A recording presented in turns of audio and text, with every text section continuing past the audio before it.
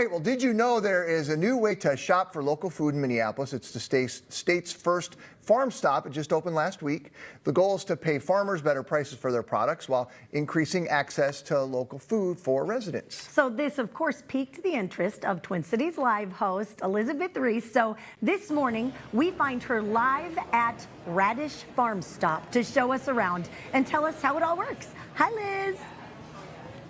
Hi, Chris. Hi, Des. It's so nice to hear your voices, to see you. Okay, you know, this spot is right up my alley. I'm at Radish Farm Stop, and I'm with the owner, Lily Gross, who has just been slammed and busy the last week and a half. First of all, Lily, congratulations. I am so excited for you. You are getting a ton of attention, and you can see, I mean, the door is nonstop opening and closing with people showing up. How does that feel? It's been such a delight to get to see the neighborhood really show up for us in this way and really see people support local farms and producers. Oh, goodness. Okay, so let's explain the difference between maybe like a, specialty food store, a co-op, a grocery, and to what you're doing here, which is a farm stop. I'm really interested in this model. Yeah, the farm stop model is really interesting. So we exist at the intersection of a grocery store and farmers market. Okay. We're a place where producers can sell their products year-round direct to consumers in a way that's merchandised like a grocery store.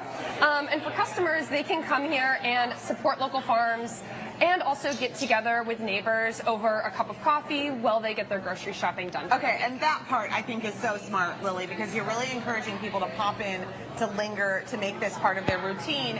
You can see folks that are just hanging out, they've got a laptop, they're using this place like a coffee shop, but then you can also shop for your groceries. So tell me about the strategy of the products that you're bringing into the store, because I see lots of beautiful produce, but I also see ice cream. I see lots of like frozen things, breads, a lot of really familiar local producers. Yeah, we really want to be a place where people can come in and get what they need to make an amazing dinner that evening, or bring things to a barbecue or some sort of family gathering.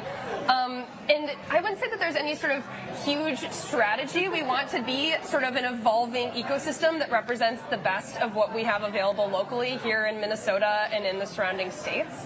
And so in that way, it's just sort of a beautiful reflection of the hard work that our neighbors and other community members put towards creating this bounty. It is so cool. Okay, the question people are going to have, though, of course, we've got beautiful basil and strawberries and tomatoes, all these things that are growing beautifully in Minnesota in the summer. But what happens when it's January, Lily? What are we going to see in here? Yeah, so in the winter, our selection will be different. Yeah. We'll continue to have meat and dairy. Our produce will then be a reflection of the winter. We'll carry more root vegetables.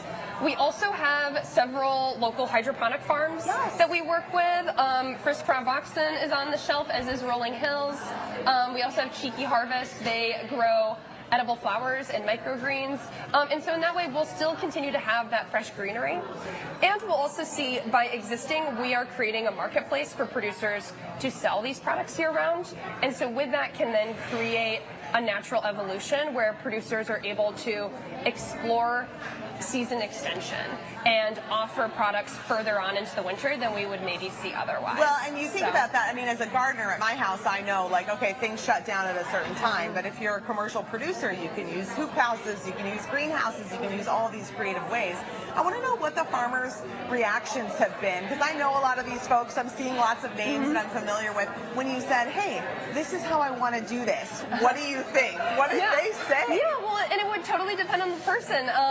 Some producers were already familiar with the farm stop model, and so it felt easier for them to wrap their heads around it. Others, it was a longer conversation of really building that relationship and that trust. I'm really excited. This week we're doing our first round of producer payouts, and so producers, just for more context on our consignment-based model, so whenever a customer checks out, a producer receives 70% of the sale. That is life-changing, Lily. I mean, like, 70% is unheard of for what farmers and producers are getting. That's amazing. Yeah, and in that way also producers set the price, and so they have control over really what they're receiving on that sale, and it's just been amazing to see as I'm looking through payouts, and then we're going to send that out just in the last week what we're already giving back to the local food economy. That is incredible. Plus, you're teaching people really to understand the seasonality of food. You know, I mean, I think we've gotten to this world where you just expect that you can get strawberries in January, you can get anything at any time. When eating seasonally,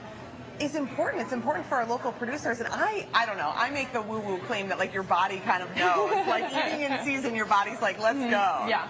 Yeah, we really want to encourage customers to explore a little bit of creativity in their kitchens.